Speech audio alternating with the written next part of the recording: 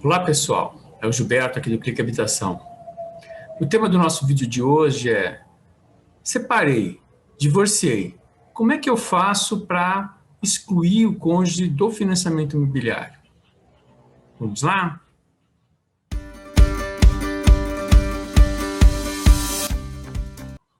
Isso é uma situação corriqueira da vida cotidiana das pessoas, que é a possibilidade de vir a separar ou divorciar e tem um financiamento imobiliário em andamento. Nós vamos focar aqui em como é que funciona o que a gente chama de assunção de dívida, como uma das partes assume o financiamento imobiliário sozinho. Para tal, a gente preparou uma apresentação para ilustrar melhor. Eu vou compartilhar.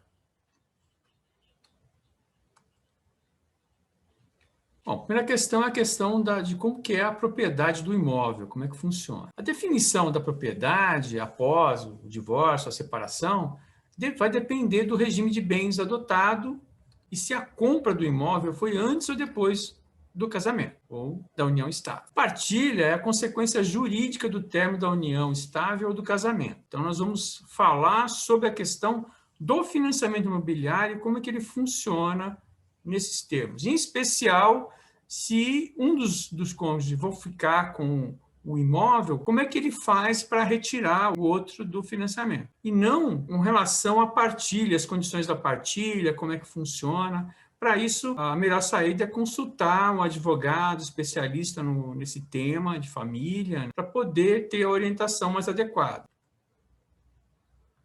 Vamos fazer uma breve definição do que é separação, do que é divórcio, né? Então, a separação é a forma de solução da sociedade conjugal que extingue os deveres de coabitação e fidelidade próprios do casamento, bem como do regime de bens. Mas fica mantido o vínculo matrimonial entre os separados, o que impede de contrair outro casamento.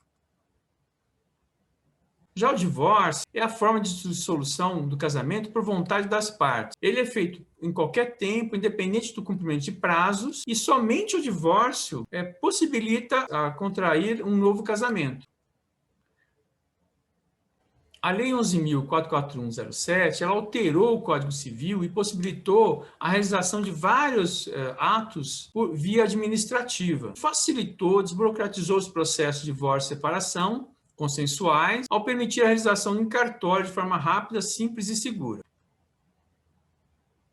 Bom, vamos falar do contrato de financiamento. O divórcio, a separação, não atingem o contrato de financiamento imobiliário.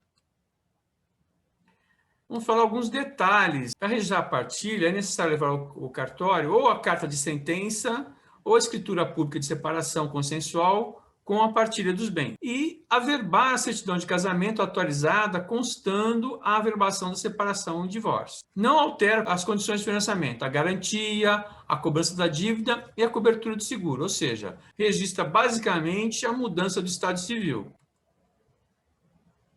Agora, partindo do pressuposto que vão haver alterações na relação do contrato de financiamento, aí existem várias hipóteses. Nós vamos colocar aqui as três principais. Um dos dois assumirá sozinho. Um deles pode se responsabilizar individual ou isoladamente pelo contrato de financiamento que celebraram juntos. Outra hipótese é que um deles vai ficar com a responsabilidade do pagamento dos encargos, sem modificação da propriedade do imóvel.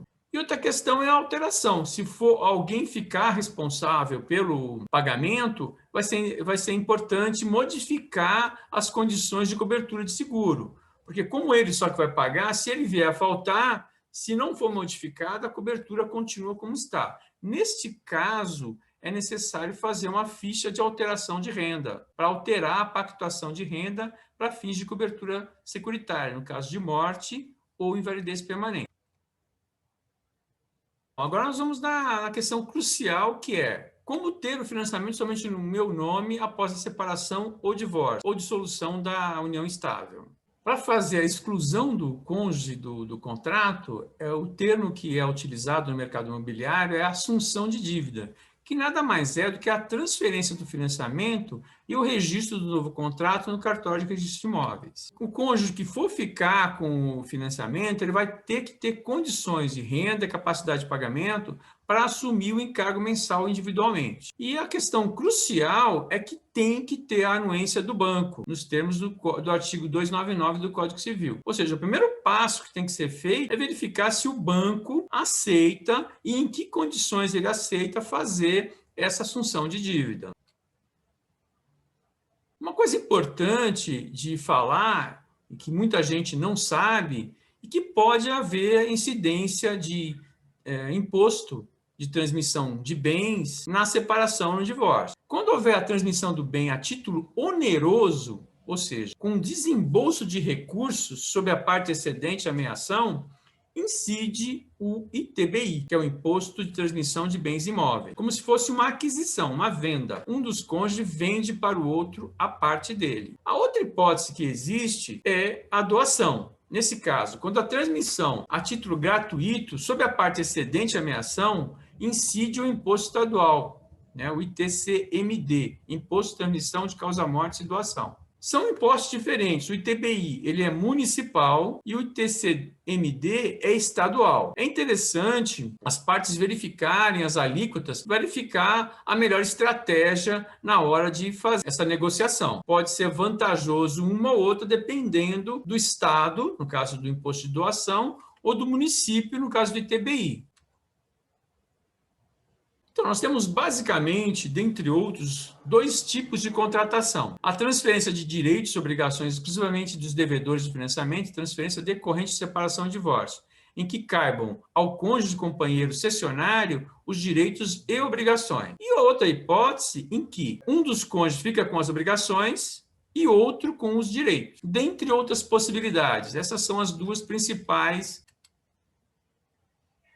Vamos ver agora as condições de enquadramento do contrato na separação ou divórcio. Então, dependendo do regime de bens, haverão condições diferenciadas para o banco aceitar a transferência. Vamos ver? Então, no regime de comunhão universal, aí não importa muito se o financiamento foi antes ou depois do casamento. Vão ser ratificadas as condições do contrato original. Já no regime de comunhão parcial de bens, vai depender se o financiamento foi antes do casamento, a transferência vai ter reenquadramento das condições contratuais. É como se fosse um novo contrato. Se o financiamento foi feito após o casamento, é semelhante à comunhão universal de bens, ou seja, os termos e condições do contrato original serão preservados. Vamos ver agora no regime de separação de bens ou de união estável. Antes do casamento, união estável, com participação de apenas um dos cônjuges no contrato, ou após o casamento, com participação apenas de um dos cônjuges do contrato, a transferência vai ser por meio de reenquadramento das condições. Agora, se antes ou após o casamento, ambos participaram do contrato, pode ser feito com a ratificação das condições originais do contrato. Logicamente, isso aqui é uma posição de mercado. Na realidade, o banco vai analisar o caso em si, vai analisar a situação e vai verificar o que ele vai aceitar ou não.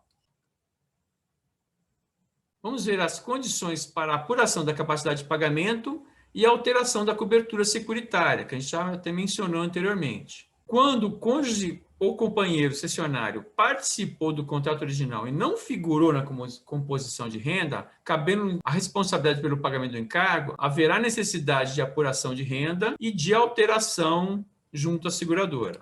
Se ele participou do contrato original e não figurou na composição de renda, não sendo responsável pelo pagamento do encargo, aí não há necessidade de apuração de renda e nem da seguradora. Se o cessionário participou do contrato original, figurou na composição parcial de renda, cabendo-lhe responsabilidade pelo pagamento do encargo, há necessidade de apuração de renda e há necessidade da alteração da composição da cobertura para fins de seguro. Quando o cessionário participou do contrato original, participou da composição de renda, cabendo-lhe apenas a propriedade do imóvel, não haverá necessidade de apuração de renda ou de alteração da seguradora. E se ele não participou do contrato original, cabendo-lhe somente os direitos de uso do imóvel e responsabilidade pelo pagamento do encargo, há necessidade de apuração de renda e há necessidade de alteração das condições de cobertura de securitária. Vamos ver agora as condições da contratação da transferência, que é a assunção de dívida. Avaliação do imóvel. Normalmente, os bancos não fazem uma nova avaliação de imóvel, vão considerar o valor da avaliação original atualizada. Somente no caso da utilização do FGTS, por exemplo, um dos cônjuges vai pagar o outro com o FGTS. Aí, nesse caso, por questão do uso do FGTS, há necessidade de fazer uma avaliação do imóvel para o enquadramento das condições do SFH. É como se fosse uma aquisição à vista sem financiamento com o uso do FGTS. Tarifa. Poderá ser, e normalmente é cobrada uma tarifa de análise jurídica. Na realidade, a assunção de dívida é como se fosse uma transferência de parte ideal, ou seja, é como se fosse uma nova aquisição. Limite do financiamento será o saldo devedor atualizado, limitado à cota e capacidade de pagamento do comprador. O sistema de amortização e taxa de juros. Serão mantidos as condições do sistema de amortização e taxa de juros contratado. Bom, pessoal, isso aqui é uma análise em geral. Como nós falamos, pode ser que algum banco faça em condições diferenciadas, então é preciso avaliar.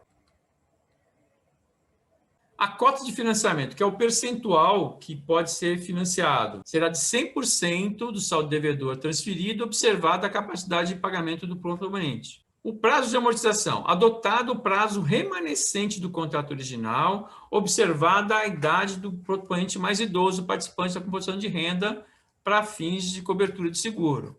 Outro fator que a gente vai falar é da idade, né? Que a idade do participante para fins somado ao prazo não pode ultrapassar 80 anos e 6 meses. Caso ultrapasse esse limite, o comprador deve efetuar amortização extraordinária para redução do prazo ou redução do prazo sem amortização, com a elevação do encargo mensal. Ele vai ter que ter capacidade de pagamento para assumir essa prestação maior. Vamos falar do encargo mensal. A prestação AMAJ é mantida. Se o cliente for de outra faixa etária, o seguro é recalculado. Como o encargo mensal é prestação, amortização e juros, mais seguro, mais taxa, o seguro, se o cliente for de uma faixa etária maior, mais velho, pode ser que mude o valor do seguro. Do limite de idade, o valor pode ser alterado em função de mudança de prazo ou amortização concomitante à transferência do financiamento. Aqui é onde você pode encontrar o clique habitação.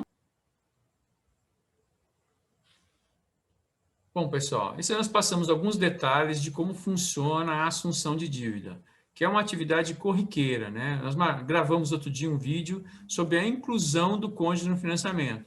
E agora é justamente ao contrário, ou seja, a exclusão.